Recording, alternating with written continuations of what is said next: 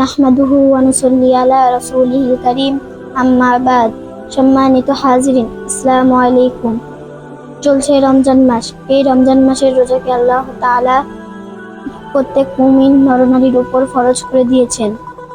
যেমন আল্লাহ তাআলা পবিত্র কোরআনুল কারিমে সূরাতুল বাকারা 183 নম্বর আয়াতে ঘোষণা করে বলেন, ইয়া আইয়ুহাল্লাযীনা আমানু কুতিবা আলাইকুমুস সিয়াম কামা কুতিবা আলাল্লাযীনা মিন ক্বাবলিকুম লাআল্লাকুম তাত্তাকুন। আল্লাহ তাআলা বলেন, হে মুমিন সকল, তোমাদের উপর রমজান মাসের রোজা ফরজ করা হয়েছে, যেমন তোমাদের পূর্ববর্তীদের উপর ফরজ করা হয়েছিল, যেন তোমরা মুত্তাকি হতে পারো। এই আয়াতের দ্বারা স্পষ্টভাবে বুঝতে পারলাম রমজান মাসে রোজা রাখা প্রত্যেক মুমিন নরনারীর উপর ফরজ। আর এর ফজিলত সম্পর্কে রাসূল সাল্লাল্লাহু আলাইহি সাল্লাম হাদিসে ইরশাদ করেছেন, যে ব্যক্তি ঈমানের সঙ্গে সওয়াবের আশায় রমজান মাসের রোজা পালন করবে, আল্লাহ তাআলা তার সমস্ত গুনাহ মাফ করে দিবেন। সুতরাং রমজান মাসের রোজা রাখার গুরুত্ব ফজিলত অনেক বেশি।